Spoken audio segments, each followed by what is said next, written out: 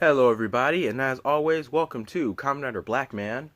And today, I would be reviewing KamenRider ZO episodes 11 and 12, but due to subs coming out late and me having a backup for just in case, today will be a Superhuman Samurai Cyber Squad Gridman review with episode 6. From the last time I did a Gridman review, I did episodes 1 through 4. I'm skipping 5 because it's a standalone episode. It really doesn't do anything overall. But if I feel like reviewing episode 5, I don't know, I'll do it at some point. But for today, episode 6. And where this episode begins is where, by little, we left back off on episode 5, where there was a kaiju attack and everyone's memories were, of course, reset. Now let's get to talking about Akane. Auntie finds her and asks for her permission to unleash his fetish of killing Gridman. And with that said, she shows him a picture of Yuta saying he's Gridman. Look closely. They're one and the same. But how? They're both red. With that said, order given, we move on to Junkin stuff, where Victor, Vitor, is on standby because there's 3 of them and there's 4 of Victor and the Neon Genesis junior high students. So I don't know, they pick straws to see who stalks who today. You there? Hope that's alright. I'm just on standby today. Seems you're on standby all the time. Hey ma'am, now just because he's in the Coast Guard, that doesn't mean he doesn't serve his country.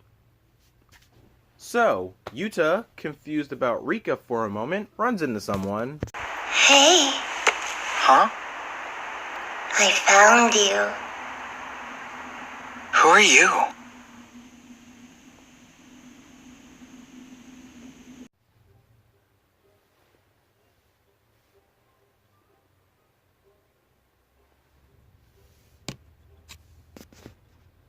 Kermit! Stop it! Get off of me! Kermit! Kermit, hey! The girl is a stranger to Yuta and reveals herself as a kaiju, and Yuta doesn't buy it. Ah! Fish Islands! So Rika is hangs out and finds Auntie digging in garbage for food and offers him food and also smells him and realizes that he most likely has never taken a bath before and brings him back to her house with no one around in Japan because it's okay to do that and it's not weird at all seeing a high school girl and most likely a middle-aged boy together. Right, Caliber? Listen, it'll be a disaster if my mom finds out, so just keep quiet. Can you do that? Look me in the eyes and tell me it's real. Oh, God. It's real! Would never work in America. Anyway, so Rika's mom catches her and immediately doesn't see Auntie to assume that her daughter is a pedophile. And also, she was leaving to go to Rika's little brother's cram school for something. To which we are now just learning that Rika even has siblings 6 episodes in. So, she leaves and has left Victor in charge of the shop. Excuse me. Do you guys have any more keyboards? If it's not on the shelf, then no. Walmart Employee of the Month. So, getting off of that for now, this episode now pans to Yutami, who's been at a memorial service all day and is now at a comic shop, and catches Akane there looking for him, hoping to get information out of him about Yuta. And Bor is watching everything. And yeah, I know I say this a lot, even when reviewing KamenRider ZO, but my god, I know it's their job to protect them, but it's still creepy, okay? You can't deny that. It's creepy. Oh, but there is but I guess there's one interesting thing actually about this episode, and that there's no fighting, there's no kaiju attack or anything. So, yeah, it's all for this one episode. It's all focused on story, and so Yuta, still with the kaiju girl, learns about the outside of what he sees as far as the city is nothing according to her. And that Akane is the one who's creating the monsters to destroy things that she doesn't like and to fix them in her own image, and kills people that have crossed her so far. So all of the students and people, like the YouTubers from episode 4 and whatnot, yeah, she created the kaijus and just sent them to kill them because she did not like them.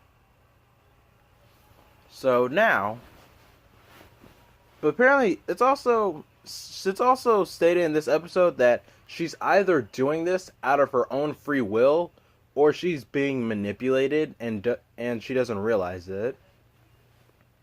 I'm pretty sure the cast are going to take it a different way, but in my opinion, I feel like she's doing this out of her own free will, as totally aware of her actions. Now, there's a lot more with this kaiju girl, because she's not one of Akane's monsters. And there's just more, and there's a lot more about her that's unknown. Because the thing about, we don't even know her name. All we know is that she knows Yuta, and that she has a predecessor, but her identification still hasn't been revealed. Anyway, after spending the day with Yuta on the train, after this she leaves, and I still wonder if we will actually see her again to get more, because she left a lot of questions blank. But on the bright side, we now have a lead on one of the villains. Now, Yuta leaves, and Auntie surprises Yuta to kill him, and instead encounters Max and Caliber protecting Yuta. And crazed and determined to kill Gridman, Max and Caliber deny that Yuta's Gridman. So I'll let you off this time! You bitch. It's like, that's all it took for you to stop your job? Like, you bitch? I'm sorry, man, but you's an anti-bitch. Alright. And so, you anti-bitch. Hey, Koda. What's up, buddy? Hey, buddy. Hey, buddy. Do you want to go out later? Alright, relax. I'm almost done. And so, as they've now realized Auntie's identity as the kaiju that's been after Gridman a bunch of times, they report to Gridman, and so our episode ends on a low note. Auntie. So did you kill him? I was unable to locate Gridman. What? I said I was unable to locate Gridman. You lose! Good day, sir! Overall, this episode is pretty fine. There's no fighting in this episode, and because it's all focused on the story development, and I really like that. And sometimes, in like tokusatsu or an anime, you need one of those episodes where there's no fighting, but also does contribute, because that's the only way, in my opinion, that they work. Yes, they do have a lead on one of the villains now, and mind you, they didn't discover it on their own, and if you ask me, it's a lot better than I'll take this way, other than them being oblivious for so long until they realize it when the fact is revealed right in front of them. And I'm looking at you specifically, KamenRider Forze. But still, this advancement to the story is good, and it's good story. And hopefully in the future, I will review episodes 7 and 8. Now, this was good. Now, this was also a good focus on Auntie, because we can get a hint about him.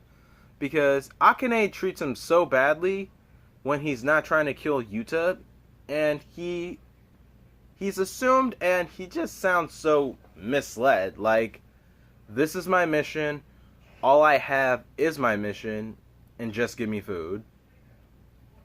Because when he's not trying to kill Gridman, one, he carries saws on him at all time, and two, he's trying to eat, and Rika has actually been showing him compassion about that. So it's just, I don't know, if you can attempt to get a read on him, just tell me what you can get. But with that said, that is today's episode, and I just looked at the log for how long I've been going on for. This should be like a couple of minutes, say 8 or 9, which is good because I have stuff to do later. Right, Coda? Alright then, let me get out of my clothes that I've slept in and we can go outside. That good with you? I know it is. Man, look at his eye. Look at the corner of his eye. It got up because he just heard, where, are we going outside? There it goes again! Anywho, that is today's episode. As always, like, subscribe. Please tell your friends about KamenRider Blackman. And be free to do what you want with this video. Yes, and I know I said before that I will review episodes 7 and 8, and I will in the future. It's just whenever I get to it, so do not hold that against me. But with that said, peace. See you guys next time.